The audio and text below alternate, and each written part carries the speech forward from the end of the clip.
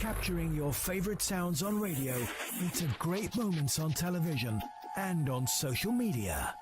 Welcome to Zambia's first and finest visual radio, Sun FM TV. The Business Snapshot on 88.5 Sun FM.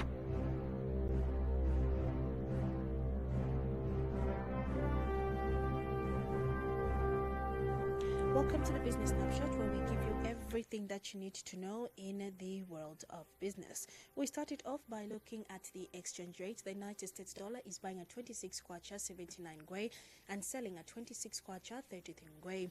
The Great British Pound is buying at 35 kwacha 49 ngwe and selling at 35 kwacha 59 ngwe. The Euro is buying at 29 kwacha 89 ngwe and selling at 29 kwacha 95 ngwe. The South African Rand is buying at 1 kwacha 47 ngwe and selling at 1 kwacha 48 ngwe. We take a look at some of the stories that are making headlines in the world of business, as we start first of all to look at it on the local market. And we are starting it off strong, as we are seeing where as we stand now, Absa Bank has confirmed that it is investigating the case in which at least one of its clients has allegedly lost about 2.8 million kwacha through a fraudulent online banking transaction and an illegal Airtel SIM card replacement. According to sources within the bank, a fraudulent online banking transaction was reported on Thursday last week, in which the victim, Bruce Chongo, lost about 2.8 million kwacha through various transfers. In a response to the press query, the Absa Bank and Communications Manager Ndela Sichizia stated that the bank was unable to comment on the individual customers due to the confidentiality, but revealed that the matter was recently and receiving appropriate attention. This should be allowed, and to see that the press query should be stated and handled by Absa. And in more stories on the local front, we get to see that right now the crop forest survey results will determine our decision on maize exports, says government. The Ministry of Agriculture Permanent Secretary for Technical Services, John Molongoti, says government can only decide whether or not to allow maize exports once the results of the crop forecast survey were released. Meanwhile, the National Association of Smallholder Farmers says it expects the Food Reserve Agency to peg the price of maize during this crop marketing season at about 300 kwacha. The Zambia National Farmers Union and the National Association of Smallholder Farmers recently urged government to open up maize exports, citing indications that the country would record a maize surplus. Commenting on the matter in an interview, Molongoti said government could only make that decision if the crop forecast determined that the country had a maize surplus. We take a look at some international news and in some international stories that we have for today, as we see that Nissan says it could share global plants with Chinese state firm.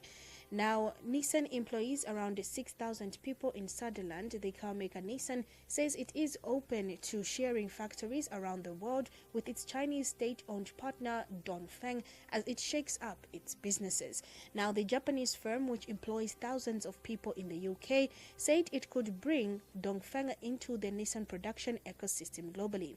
This week, the struggling company said it would lay off 11,000 workers and shut 7 factories down, but it did not say when or where the cuts would be made. Speaking about Nissan's UK plant on Thursday at a conference organized by the Financial Times, its boss, Ivan Espinosa, said, "We have announced that we are launching new cars in Sunderland. In the very short term, there are no intentions to go underground or go around Sunderland." Now, Nissan's revelation saying it is willing to strengthen ties with the Chinese firm as it comes to the UK's trade relationship with China in the spotlight. On Wednesday, the UK government moved to rebut, suggesting that the tariff agreement in which the US last week could be damaging to China. It is said there was no such thing as a veto to Chinese investment in the UK deal. Now, the UK-US arrangement or the agreement rolled back on its big hikes in tariffs in metals and cars imposed by the US President Donald Trump, but it is and also concluded in so many required remarks to the UK to promptly meet US demands on the security of supply chains of steel and aluminium products exported to America. A spokesperson for the Chinese embassy in London said China had made representations to the UK asking for the clarification. So China is firmly opposed to any party seeking a deal at the expense of China's interests, and this should not be, or a situation should rise, China will respond as necessary. And as we have seen that China does respond to anything that will compromise not only their businesses but their interests as well. That is what we had on our sports snapshot. Stay tuned for more as we get to press review at exactly 13:30. Good afternoon.